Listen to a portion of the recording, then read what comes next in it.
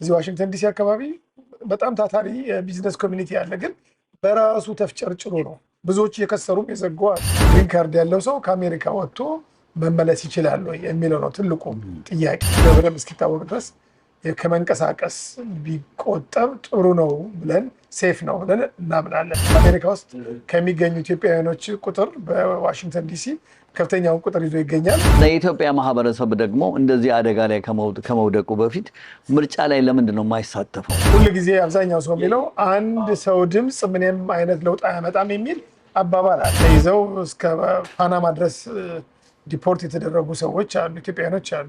ማለት የጠቅላይ ሚኒስትር አብይ እዚህ አጨብጭበን የተቀበልንበት ከተማ ነው። በጣም በጣም በጣም ብዙ ኢትዮጵያውያኖች በቀጥታም በተዘዋዋሪም ወደዚህ የመጡ ኢትዮጵያውያኖች በጣም ብዙ ናቸው። አዲሱን ትውልድ አመለካከት ወደ ብሔር፣ እኔ ጎሳ ነው ብለው ብሔርም አይደለው ወደ ጎሳ አመለካከት ያዞረበት ሁኔታ አለ። ሜሯ ቅድስት ማርያም ቤተክርስቲያን ድረስ መጥታ አስፈቅዳ ንግግር አድርጋ ኢትዮጵያውያኖችን እንኳን አደረሳችሁ ብላ የምትሄድበት ሁኔታ ነው ያለው። ዘር ተኮር ያደረገ ነገር መጨረሻው በጣም አስቀያሚ ነው። ያንን ከዛ መውጣት አለበት። ከሜሪላንድ አዶሊስ ካፌ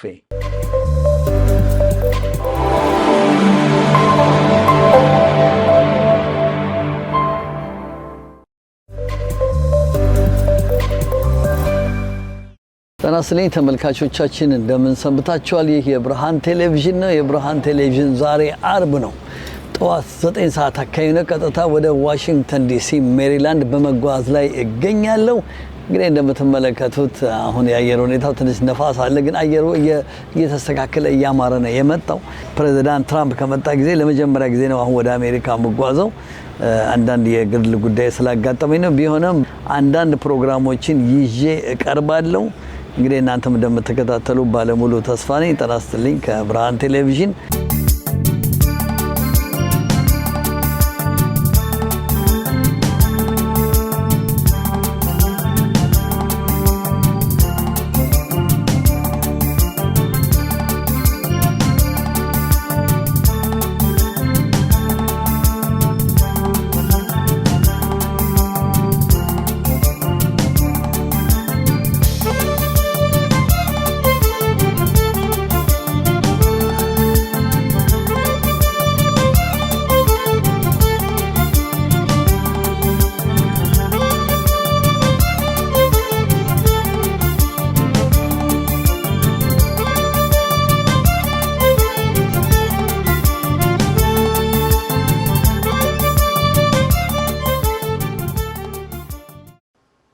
ጤና ይስጥልኝ ተመልካቾቻችን፣ እንደምን ሰንብታችኋል? እንግዲህ የብርሃን ቴሌቪዥን በዚህ ለ3 ቀን ለግል ጉዳይ ወደዚህ ወደ አሜሪካ ተጉዤ ነበር። ይህንንም አስመልክቶ በተለይ አሜሪካና የካናዳን ግንኙነት፣ በአጠቃላይ የኢትዮጵያ ማህበረሰብ በዚህ በዲኤምቪ በአካባቢ ያሉ ኢትዮጵያኖች ምን አይነት ህይወት እንዳላቸው እንዲሁም የተለያዩ ጉዳዮችን አንስተን እንወያያለን። የዛሬው እንግዳችን አቶ ድንበሩ መላከ ህይወት በዚህ በዲኤምቪ ኤሪያ ለረጅም ዓመት በአስተርጓሚነት በተለያየ ኬዞች ላይ የሚሰራ ወንድማችን ነው። ተመልካቾቻችን በዚህ አጋጣሚ ረጅም ዓመተኛ እንተዋወቃለን ከድሮ ኢሳት ጀምሮ። ዛሬ ግን ለመጀመሪያ ጊዜ ነው። ምናልባት ካላወቃችሁት ድንበሩ ማለት ይሄ ነው። ድንበሩ ጋር ሄጄ የምትሉ ሰዎች የሆነ ገና ወጣት ልጅ ነውና አመሰግናለሁ ድንበሩ ለጊዜ። ምናልባት ያላስተዋወቅኩት ነገር ካለ በይበልጥ። አይ አብዛኛው ነገር ጨርሰዋል። እናመሰግናለን። ሲልቨር ስፕሪንግ ስለመጣ ከካናዳ ድረስ እዚህም እኛ ዋሽንግተን ዲሲ የምንገኝ ሰዎች ለማስተናገድ ተዘጋጅተን እየጠበቅን ነው። እንግዲህ በጣም አመሰግናለሁ። እንግዲህ ተመልካቾቻችን አሁን የምንገኘው እዚህ ጋር እንደምትመለከቱት አዶሊስ ካፌ ነው። አዶሊስ ካፌ በዚህ በሲልቨር ስፕሪንግ አካባቢ ነው የሚገኘው። በኋላ ከዚህ ስር አድራሻውን ሰጣቸዋለሁ። የእንቁላል ፍርፍርና የተለያዩ ምግቦችን በልቻለሁ። በጠዋቱ በጣም የሚጠፉ ቡናቸው ደግሞ ልዩ ነው። መታችሁ ተስተናገዱ። እንግዲህ ይህን ያህል ገብጀል። በተለይ ከካናዳ የምትመጡ አዶሊስ ሳትደርሱ እንዳትመለሱ፣ እንተዛዘባለን። ካሜራ እዚህ ስላለ ያቸው። አመሰግናለሁ ድንበሩ። ወደ ቁም ነገሩ እንመለስና እንግዲህ በተለይ ትራምፕ መንግስት ወደ ስልጣን ከመጣ በኋላ ብዙ ሩመሮች አሉ። እንደው ቀጥታ ወደ በዚህ በአዲሱ አነጋገር ወደ ገደለው እንደው ኢትዮጵያኖችም የተለያዩ ሰዎችን በጣም ፈርተናል፣ ኢቭን መኖሪያ ፈቃድ እያለን ብዙ ችግር ውስጥ ነን ያለነው ደንግጠናል የሚል ነገር አለ። ያን በአጠቃላይ ስለ ኬዞች ከመጠያየቃችን በፊት ምን ይመስላል የትራምፕ ፕሬዚዳንት ትራምፕ በነገራችን ላይ ካናዳንም ህርት አድርጎናል፣ እያስፈራራ ነው 25% ጨምራለሁ ቀንሳለሁ። ይህ ምን ይመስላል እንደው በአጠቃላይ ጥያቄው ግልጽ ነው። ግልጽ ነው ጥያቄው። በአሁኑ ሰዓት እንግዲህ ያው ብዙ ከሚታወቁት የማይታወቁት ነገሮች እየበዙ ነው ያሉበት። የህግ ባለሙያዎችም እንደዚሁ ይሄን ነገር ምክር እንኳን ለመስጠት የተቸገሩበት ሁኔታ ነው። ምክንያቱም ብዙ ሰዎች አሁን በጣም ትልቁ ጥያቄ ግሪን ካርድ ያለው ሰው ከአሜሪካ ወጥቶ መመለስ ይችላል ወይ የሚለው ነው ትልቁ ጥያቄ እና ያንን በእርግጠኝነት ለመመለስ ይከብዳል። በህጉ ላይ ምንም የተቀየረ ነገር የለም። ብዙ ሰዎች እየወጡ እየገቡ እናያለን። ግሪን ካርድ ያላቸው ሰዎች ካናዳ ይሄዳሉ፣ ኢትዮጵያ ይሄዳሉ። እንደ ግሪን ካርዳቸው አይነት ማለት ነው። ብዙ ቦታ ደርሰው የሚመጡ ሰዎች አሉ። ነገር ግን አይሶሌትድ የሆኑ ወይም ደግሞ በተናጠል የሚታዩ ችግሮች አሉ። ያልተጠበቁ ሰዎች ኢቭን የአሜሪካ ዜግነት ያላቸው ሰዎች አስቁመው መንግስት የጠየቀበት ሁኔታ ማንነታቸው እስኪጠራ ሰከንደሪ ኢንስፔክሽን የሚባል አለ። እዛ ደረጃ የሄዱበት ሁኔታ ሁሉ አለ። ስለዚህ በእርግጠኝነት ይሄ ነው ብሎ ለመናገር ይከብዳል። ግን በአጠቃላይ የምንመክረው ነገር አስቸኳይ ጉዳይ ከሌለው አንድ ሰው በዚህ ሰዓት ጉዳዩ በደንብ እስኪታወቅ ድረስ ከመንቀሳቀስ ቢቆጠብ ጥሩ ነው ብለን ሴፍ ነው ብለን እናምናለን። ግን ደግሞ ወሳኝ የሆኑ ነገሮች አሉ መቅረት የማትችልባቸው። ሰው የታመመ ቤተሰብ ሊኖር ይችላል፣ ጓደኛ ሊኖር ይችላል፣ ሕክምና ጉዳይ ሊኖር ይችላል። ከሃይማኖት ጋርም ከሌላም ከቤተሰብ ጋር የተያያዘ ነገር ሀዘንም ሊኖር ይችላል። እንደዚ አይነት እርግጠኛ ግድ መሄድ ያለበት ሰው ካለ አማራጩ ምንድነው? ሲሄድም አናግሮ ሲመለስ በተለይ አዘጋጅቶ ብዙ ጊዜ አሁን ችግር ያለባቸው ኬዞች ሲኖሩ ከኢትዮጵያ ሲመጡ የምናደርገው ምንድነው? አሄድ ኦፍ ታይም ጠበቃዎች እናዘጋጅላቸዋለን። ኤርፖርት ላይ ችግር ከተፈጠረ በስልክ ካስፈላጊም በአካል መቅረብ የሚችሉ እናደርጋለን እና በአጭሩ ይሄ ነው አሁን ያለው ሁኔታ። በጣም አመሰግናለሁ። እንግዲህ ያው በተለይ ህግ አካባቢ ከሚሰራ ሰው ድንበሩ እየሰራ ነው ያለው እና በጣም ተጠንቀቁ፣ አትሂዱ ብሏል። ችግር ካለ እንደዚህ እያነጋገራችሁ መሄድ አለባችሁ። በተለይ በአሁኑ ሰዓት እንዴት ነው የዲኤምቪ ኤሪያ እንደው ፖፑሌሽን ብዛት በግምት ስንት ይሆናል ብለህ ታስባለህ? እሱ ሁሉ ጊዜ አስቸጋሪ ነገር ነው። ቁጥር ጠርቼ ችግር ውስጥ መግባት አልፈልግም። በጣም በጣም አስቸጋሪ ሆነ። ሴኔተር ለምሳሌ በአንድ ወቅት የሜሪላንድ ሴኔተር ቤንጃሚን ካርዲን የሚባለው ሲናገር 1 ሚሊዮን የሚጠጉ ኢትዮጵያውያኖች በአሜሪካ ውስጥ አሉ ብሎ ሲናገር ሰምቻለሁ። ሌሎች ደግሞ 250 ሺህ ድረስም አሉ የሚሉ አሉ። ነገር ግን ምንም ጥያቄ የለውም በዋሽንግተን ዲሲ ኤሪያ ዋናው ማነው በአሜሪካ ውስጥ ከሚገኙ ኢትዮጵያውያኖች ቁጥር በዋሽንግተን ዲሲ ከፍተኛውን ቁጥር ይዞ ይገኛል። አሌክሳንድሪያ ቨርጂኒያ፣ ሁለተኛ ደግሞ ሲልቨር ስፕሪንግ ሜሪላንድ ብዙ ኢትዮጵያውያኖች ያሉበት ሁኔታ ነው። ዛሬ ጠዋት እንዲያውም ኮሌጅ ፓርክ ነበርኩና መስሪያ ቤቴ ቢሮዬ ዳውንታውን ሲልቨር ስፕሪንግ ነው ስላት ዳውንታውን ሲልቨር ስፕሪንግ ሳይሆን ዳውንታውን ኢትዮጵያ አትለኝም ወይ አለችኝ። አይቻለሁ። ማህበረሰባችን ከፍተኛ አስተዋጽኦ እያደረገ ነው። ኢኮኖሚውን እያንቀሳቀሰ ነው። የዚህ አካባቢ ኢትዮጵያውያኖችን ብቻ ሳይሆን ከኢትዮጵያውያኖች ውጭ ሁሉ እንቀጥራለን። ስራ ኮንስትራክሽንም ኤሪያ በተለያዩ ኤሪያዎች ሌሎችንም የኮሚኒቲ አባሎቻችን እናሳትፋለን። ኢትዮጵያውያኖች ግን በከፍተኛ ደረጃ እዚህ ዳውንታውን ሲልቨር ስፕሪንግ አካባቢ ዋሽንግተን ዲሲን ጨምሮ ከፍተኛ እንቅስቃሴ እያደረግን ነው እና በቁጥር ደረጃ በርካታ ነን። ይሄን ያክል ብሎ ለመናገር ግን ይከብዳል። አመሰግናለሁ ድንበሩ። እኔ እንኳን ቁጥሩንም መገመት ቢቻልም ግን ለመጠየቅ የፈለግኩት ኤሌክሽንን አሁን እኛ ጋር የፌዴራል ምርጫ አለ። ብዙ ጊዜ ኢትዮጵያኖች ምርጫ ላይ አይሳተፉም። ዜጋ ሆኖ ምርጫ ላይ አሁን በተለይ በአሜሪካን እንደሰማ ነው እንደምናውቀው ካለው 350 ሚሊዮን ህዝብ ከግማሽ በታች ነው የመረጠው። ለዚህ ነው ትራምፕ ቦታውን የያዘው የሚል እንትኖች ዜናዎች እየወጡ ነው። እና የኢትዮጵያ ማህበረሰብ ደግሞ እንደዚህ አደጋ ላይ ከመውደቁ በፊት ምርጫ ላይ ለምንድን ነው የማይሳተፈው?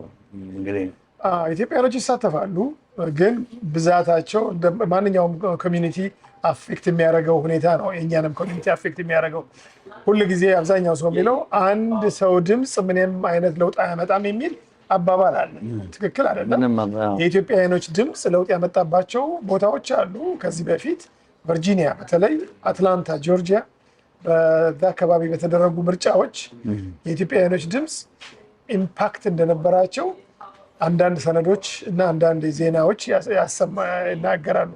እዚህ ዋሽንግተን ዲሲ አካባቢ የምንገኙ ኢትዮጵያውያኖች ይሄንን ነገር በጣም ተገንዝበን ድርጅቶችም አሉ አክቹዋሊ ቮተርስ በየቦታው እናቶችን የሚያደርሱ ቤተክርስቲያን አካባቢ ገብተው አንዳንድ መግለጫ የሚሰጡ ወረቀቶች የሚበትኑ ተደራጅተው የሚሰሩ ኢትዮጵያውያኖች አሉ፣ ኮሚኒቲዎች አሉ እና ድምፅ ይሰጣል። በተለይ ባይደን በተመረጠ ጊዜ የኢትዮጵያውያኖች ድምፅ ከፍተኛ ኢምፓክት እንደነበረው ሰምቻለሁ። አሁንም በተወሰነ ደረጃ በዚህ በዶናልድ ትራምፕ ጊዜ በተወሰነ ደረጃ የኢትዮጵያውያን እስልምና ሃይማኖት ተከታዮች እና የኦርቶዶክስ ቤተክርስቲያን ተከታዮች እንደዚሁም ወንጌላውያኖች በተወሰነ ደረጃ ኢሹ ነበራቸው ባይደን አስተዳደር ላይ እና በምርጫው ጊዜ የእነሱም ድምፅ አሁን ላለው ለውጥ በተወሰነ ደረጃ አስተዋጽኦ ያደረጋል ብለን እናስባለን። አመሰግናለሁ ድንበሩ። እንግዲህ ተመልካቾቻችን አሁንም ከድንበሩ ጋር ነው በዚህ እየተወያየን ያለ ነው።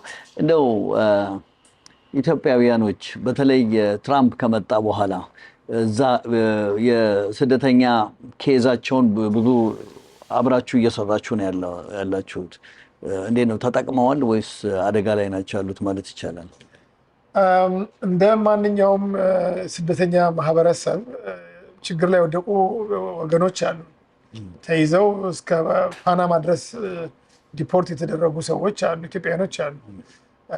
እስር ቤትም ያሉ አሉ። በአሁኑ ሰዓት ገና ትራንስፖርት ያልተደረጉ ኢትዮጵያውያኖችም ኤርትራውያኖችም ለዚህ ችግር ተጋላጮች ሆነዋል። አብዛኛዎቹ ኢትዮጵያውያኖች ግን እና ኤርትራውያኖች እንደመጡ ወደ ጥገኝነት ማመልከቻ ሂደት ውስጥ ስለሚሳተፉ በብዛት ወረቀታቸው መስመር ይዞ የሚሄድበት ሁኔታ ነው ያለው። ሆኖ አንዳንዶቹ ከዚህ ሀገር እንዲወጡ የታዘዙ አሉ።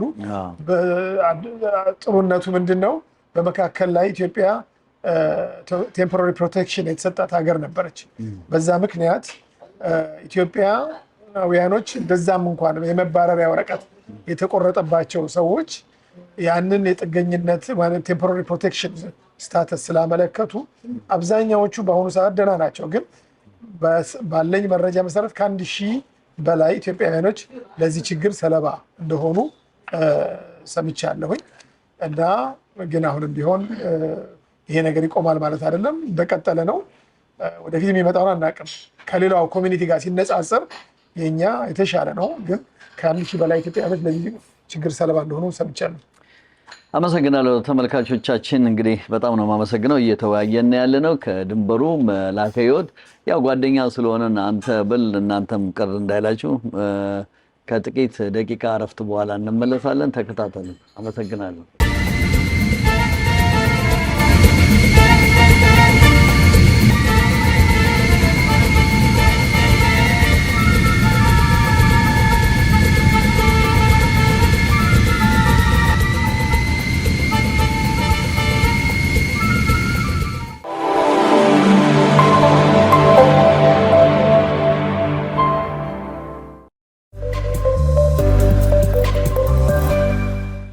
ተመልካቾቻችን ተመልሰናል ከጥቂት ደቂቃ እረፍት በኋላ። እንግዲህ ያው አሁን የምንገኘው በሲልቨር ስፕሪንግ ታኮማ አዶሊስ ካፌ ነው። እንግዲህ አዶሊስ ካፌ በጣም ደስ የሚል ካፌ ነው። ደጋግሜ እነግራቸዋለሁ ስለ አዶሊስ። ሌላ ፕሮግራም ይዤ እመጣለሁ። አሁን ድንበሩ እንግዲህ እዚህ አገር ለመሆኑ ስንት ዓመት ቆየ? ስማ እንግዲህ ከተናገርን እድሜያችንን ልታሰጋልጥ ረጅም ጊዜ አንዱ ነኝ።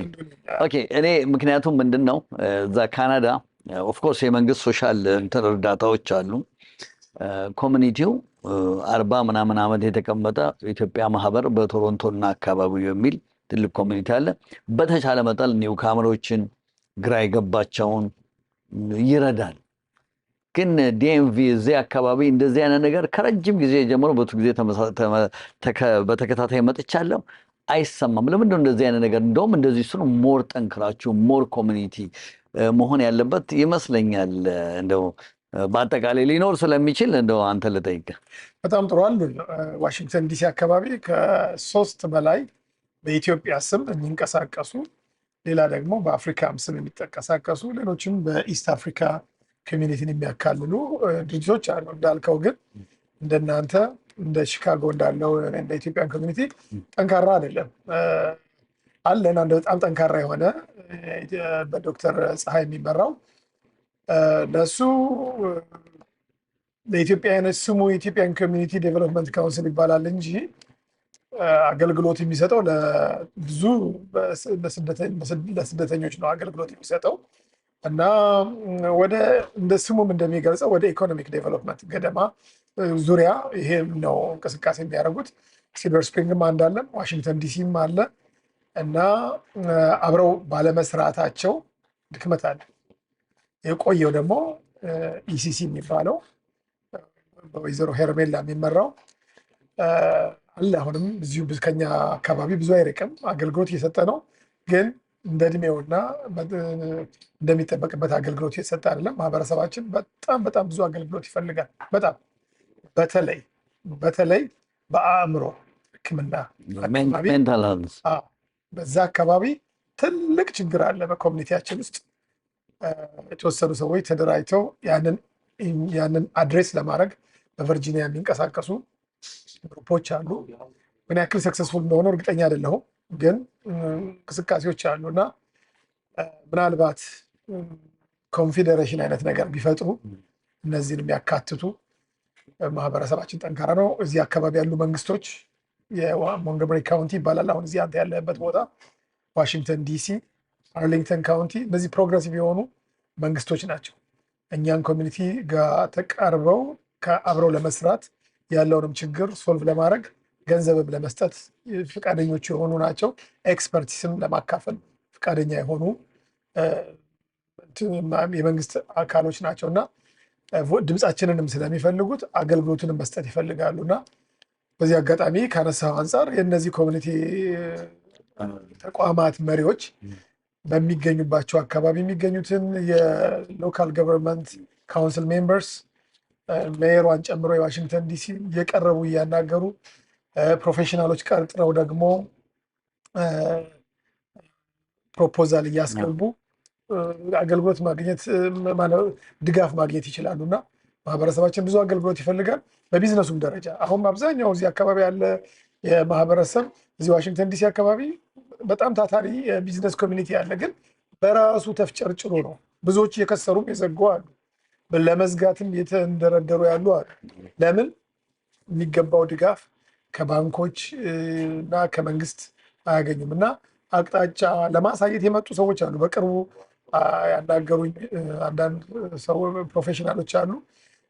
ይሄንን ማህበረሰብ በቢዝነሱ ኤሪያ ለማሳደግ ከአንደኛው ወድቆ ከተነሳ ለመማር ሳይወድቅ ከዛኛው ሰው ስህተት ተምሮ ለማደግ የሚያስችል እንቅስቃሴ ለማድረግ ጥረት እያደረጉ ያሉ ድርጅቶች አሉ እና እነዚህ ሁሉ ተቀናጅተው መስራት መቻል አለባቸው።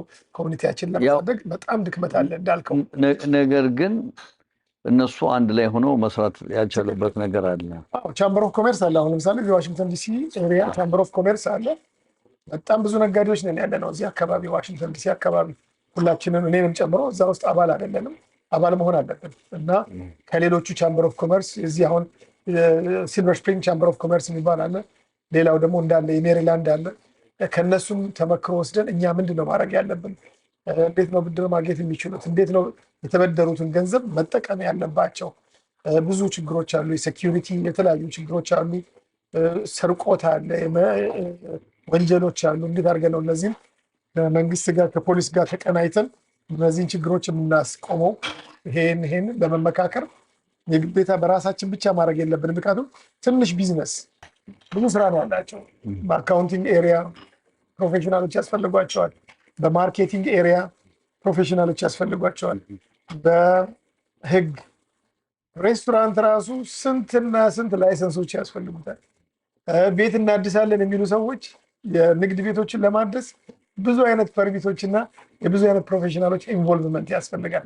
እነዛን ላይሰንስ የሆኑ ፕሮፌሽናሎች እንደ አርክቴክት የመሳሰሉ ኤሌክትሪካል ላይሰንስ ያላቸው፣ ሜካኒካል ላይሰንስ ያላቸው፣ ፕላሚንግ የመሳሰሉትን ለማግኘት በስማ በለው ነው። በጣም በደመነፍስ ነው። አንዳንዶቹ እየተቀጡ ነው በራሳቸው እቺ እንዲያርጌ ስራ ቅጣት ተከትሎ ይመጣል። ይሄ ሁሉ ነገር ማለፍ የምንችለው በዚህ አይነት ኮሚኒቲ ውስጥ ተሰባስበን ኢንፎርሜሽን ስንቀያየር፣ መረጃ ስንቀያየር ነው ይህንን ማድረግ የምንችለው እና በዚህ ዙሪያ ከዚህ ቀደም ለምሳሌ ይሁኔ በላይና እህታችን የሽመቤት ኢትዮጵያን የሎ ፔጅስ እዛ ላይ ብዙ የኮሚኒቲ ውስጥ እንደዚህ አይነት አገልግሎት የሚሰጡ ሰዎችን ማስታወቂያ ያወጡ ነበር። አሁን ትንሽ ወደ ዲጂታል ስለተቀየረ ዘመኑ እሱም ትንሽ የቀነሰበት ሁኔታ አለ። ግን ራሳቸው የቻምበር ኦፍ ኮሜርሱ የዚህ አይነት ዌብሳይት ማዘጋጀት ይችላሉ። እዛ ላይ ገብተው መረጃ አርክቴክት ከፈለግ፣ ኤሌክትሪካል ኢንጂነር ከፈለግ የመሳሰለውን ማግኘት የምትችልበት ያን ማመቻቸት ይችላሉ እና የግዴታ አብረው መስራት መቻል አለባቸው። በዚህ ዙሪያ ይሄ ኮሚኒቲ በበለጠ እንዲያድግና ደግሞ ድምፃችን እንዲሰማ ዋናው እሱ ነው። አሁን በመበታተናችን ምክንያት በሀገር ቤትም ያለው ችግር እሱ ነው። አንድ አይነት አቋም ያላቸው ሰዎች አንድ ላይ መቆም አይችሉም። ሁሉም የራሱን ነገር አድርጎ ነው ለማስኬድ የሚፈልገው። አንድ ላይ ከቆምን ግን እንሰማለን። ህግ ማስቀየር እንችላለን። እዚህ አሜሪካ ውስጥ በጣም በጣም ቀላል ነው። መብታችንን ማስከበር እንችላለን። ብዙ ነገሮች ማስተካከል እንችላለን። በጣም የሚገርም ነው። እንደው ድንበሩ በጣም ደስ የሚል ነው። ቴንክ ዩ። እንደው ባለፈው ከ7 ዓመት በፊት ያው እዚህ ይሄንን ስራ ላይ ነው የምሰራው ማለት የጠቅላይ ሚኒስትር አብይ እዚህ አጨብጭበን የተቀበልንበት ከተማ ነው። የዚሁ አካባቢ ነው አይደለ? ኢትዮጵያ ለ37 ጊዜ ብለን ከዛን ጊዜ የበለጠ በተለይ በአሁኑ ሰዓት በዚህ በካናዳ በጣም ብዙ ስደተኛ ጨምሯል። እናንተ ጋር እንዴት ነው? እዚህ ስደተኛ እንደጉል ባለፈው 2 ዓመት ውስጥ በጣም ብዙ ኢትዮጵያውያኖች በቀጥታም በተዘዋዋሪም ወደዚህ የመጡ ኢትዮጵያውያኖች በጣም ብዙ ናቸው። እንደምታውቀው ኢትዮጵያን የአየር መንገድ በዚህ በዋሽንግተን ዲሲ ኤሪያ በቀን 2 የሚመጣበት ሁኔታ ነው ያለው። ሺካጎ ይመጣል። ሂውስተንም ጀምረው ነበር፣ ለጊዜው አቁመዋል ይመስለኛል። ኒውዮርክ፣ ካሊፎርኒያም ጀምረው ነበር፣ ጊዜው አቆመ ይመስለኛል። እሱንም ብቻ የኢትዮጵያ አየር መንገድ ብቻ ራሱ ብዙ ሰው ነው እየጫነ የሚመጣው በየቀኑ ማለት ነው። አይመለሱም። ከዛ ውስጥ የሚቀረው ብዙ ነው። ብዙም ባይሆን የሚመለስ የሚቀር ይኖራል። በሌላም መንገድ ደግሞ የሚገቡ ኢትዮጵያውያኖች ብዙ አሉ። ማግኔት አለ። አንተ ስትመጣ እናትን ታስመጣለህ፣ አባትህን፣ እህትህን፣ ወንድምህን ቀናቸውን ጠብቀው ይመጣሉ። ልጅህ ለትዳር ይደርሳል። ሚስቱን ገርልፍሬንዱን ያመጣል ወይም እጮኛውን ያመጣል። እጮኛዋ እናቷን ታመጣለች። እንደዛ እያለ የተስፋፋ ነው ያለው እና ጥሩ መሰረት ይዘናል። ግን ይህን መሰረታችንን ብዛታችንን ለእኛ አድቫንቴጅ መጠቀም መቻል አለብን። እንደው አንድ የሚገርመኝ ነገር በፊት ሰው መንግስትን ሸሽቶ በቃ መጥቶም ብዙ ሰፈር አድርጎ ለመቀየር ብዙ ምክንያቶች አሉት። ግን አሁን ኢትዮጵያ ውስጥ ያሉ ሀብታሞችም እየተሰደዱ ነው። እጅግ በጣም ብዙ ሀብታሞች በካናዳም አሉ። በተለይ እዚህም ሀገር ሰምቻለሁ ቤት ንብረት ትተው። እንደው ወደ ኢትዮጵያ ፖለቲካ መቼም እንደ ጋዜጠኛ ፖለቲካ ነካ ሳታደርግ ማለፉ ይከብዳል። አይከብድም? ስለ ጠቅላይ ሚኒስትር አብይ አህመድ ምን እንትን አለ? ይሄ የአንድ ሰው ጉዳይ አይደለም። የአንድ ሰው ጉዳይ ሳይሆን ማህበረሰባችን ላይ መሰረታዊ የሆነ በግል ይሄ ግል አስተያየት ነው። መሰረታዊ የሆነ የአመለካከት ሽፍት የሆነበት ሁኔታ አለ።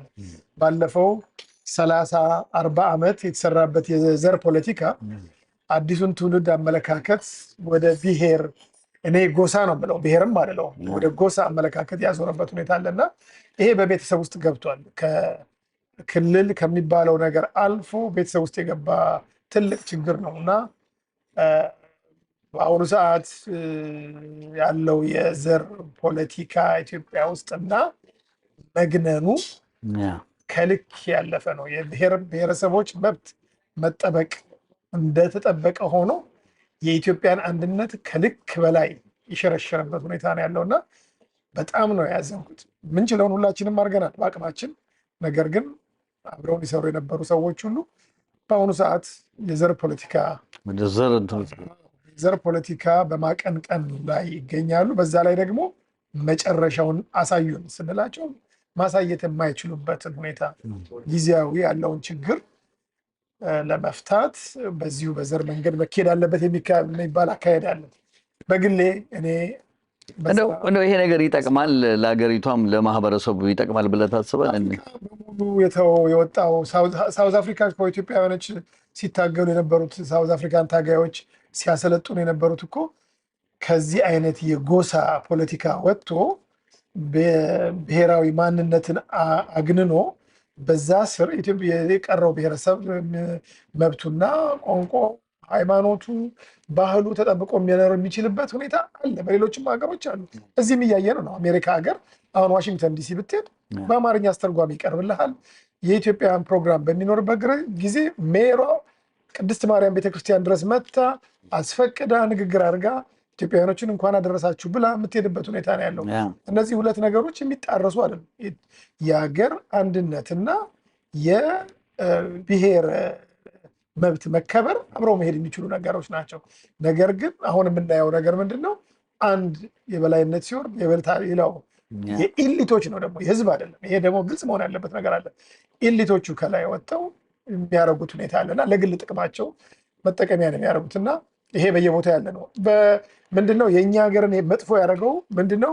ከብሔር ጋር የተያዘ ስለሆነ ነው። እዚህም ሀገር ለምሳሌ የዶናልድ ትራምፕ ደጋፊዎች ስልጣን ሲይዙ በዛ ስር ያሉ ሰዎች ቢዝነሶች የመበልጸግ ነገሮች ይኖራሉ። ነገር ግን ዘርን ተኮር ያደረገ አይደለም። ዘር ተኮር ያደረገ ነገር መጨረሻው በጣም አስቀያሚ ነው።